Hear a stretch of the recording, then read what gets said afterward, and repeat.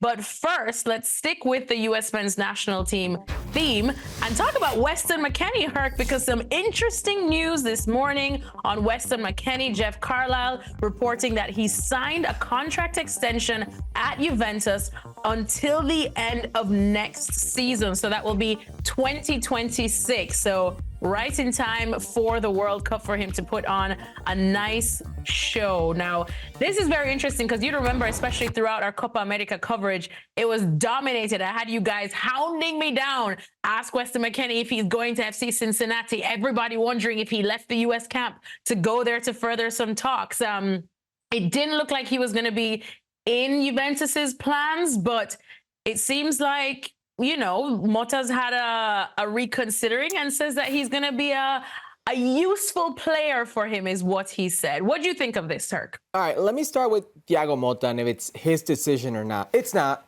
Let's just stop right there. It's not. If the board at Juventus says that we need to sell this player or these other 6 players along with Weston McKennie, Thiago Motta's going to do what they want to do because that's what he signed up for. Now, this is why he's saying, I would love to use him because he's a useful player, because he knows Weston McKennie's value. This is all finances. And how many times have we seen this with Weston McKennie? It's rinse and repeat when it comes to Juventus and Weston McKennie.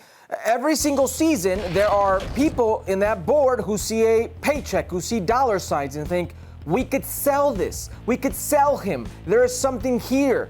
Let's dangle him in front of other clubs, and they don't come to an agreement, and he's on the outs. Yeah. It happened with Andrea Pirlo, even though Andrea Pirlo loved him. It happened with Maxi Allegri. They wouldn't let him in the U.S. for the preseason tour, and Maxi Allegri loved him. Loved him so much that he was, for a guy being on the outs who didn't start off the season to the right foot, he was one of their best players, had a career year, 11 assists anywhere you put him, whether it was in the central position, the midfield, anywhere in that midfield line, or at the right back position.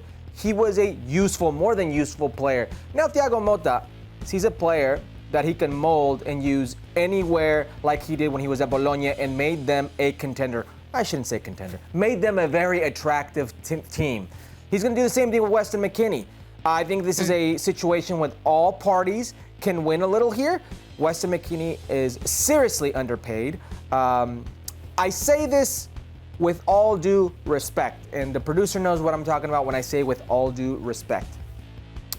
He's 25 years of age.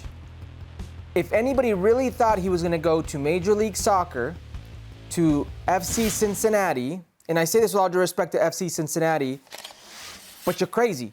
I think he leveraged them. I think he leveraged what he had at the moment to get more money elsewhere, whether that was in another team or with Juventus, and it's working out in his favor, even though it's a one-year extension that carries him through the World Cup, where Juventus have a World Cup player on their team. They'll get some money. They'll also have the chance of him showcasing himself at the World Cup for a potential transfer in the future, and he gets paid what he thinks he's worth, and what I honestly think he's worth as well, because he was so seriously underpaid. And this isn't my opinion. This is his camp. This is his father on social media. So everybody wins a little here. But FC Cincinnati, I love what they're trying to do, pushing the envelope. It's not Major League Soccer or the clubs of Major League Soccer's responsibility to have the well-being or the best interest of the national team at hand.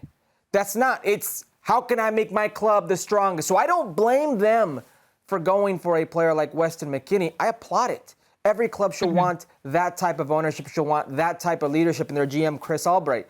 I applaud Weston McKennie for saying, you know what, I value myself a little bit more right now, and I think this is where I want to be. And being at Juventus at 25 years of age, where you've already proven yourself time in, day out, as a consistent, not only starter, but fundamental piece of that club, I'm in.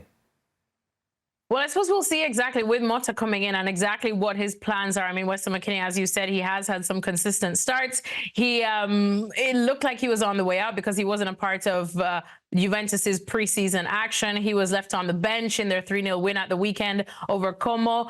And as I said, it's going into a World Cup year where you're going to want those consistent starts and you're going to want to be a massive part of the manager's plans. There was interest also elsewhere from allegedly Premier League teams as well, maybe Aston Villa. Do you think this, from Weston's perspective, is the best move? Well, the best move is where he can land in the best scenario, right? And we're not going to know if this was a correct move or not until we see how he fits in that system for Thiago Motta. Thuram's new signing right there, he's playing in that midfield. Locatelli's playing in that midfield. Remains to be seen where he will adjust in that midfield if it is in a central midfield position. We saw him in the Cristiano era play on the right, covering from some of those players that would be more attacking. We've seen him with Allegri play as a right back, wing back. Timothy Weah is now playing as a winger, or was until he got injured. So there are plenty of places where we could say, is he the person, the man there for that position? And we could doubt him, but if I've learned anything from Weston McKennie and his situation in Juventus is when you doubt him most is when he comes through most, whether it's Andrea Pirlo, Maxi Allegri, and soon-to-be Thiago Motta. So we'll see, because there's so much hearsay about the Aston Villa move. And listen, that wasn't straight cash. That was Luis as well on that transfer for Aston Villa. And when you have other players in that situation, the transfer fees get muddled and the expectancies and salaries get muddled. And I'm sure it was that way for Juventus and Aston Villa. So that fell through for whatever reason. All we know is right now, this is the best case scenario for him.